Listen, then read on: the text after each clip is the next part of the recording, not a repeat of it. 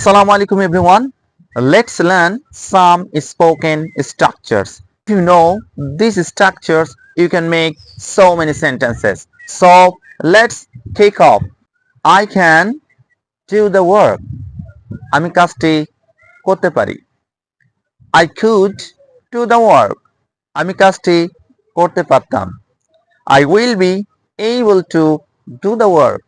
আমি কাজটি করতে পারবো। আমার কাজটি করতে ইচ্ছে করছে। I feel like doing the work.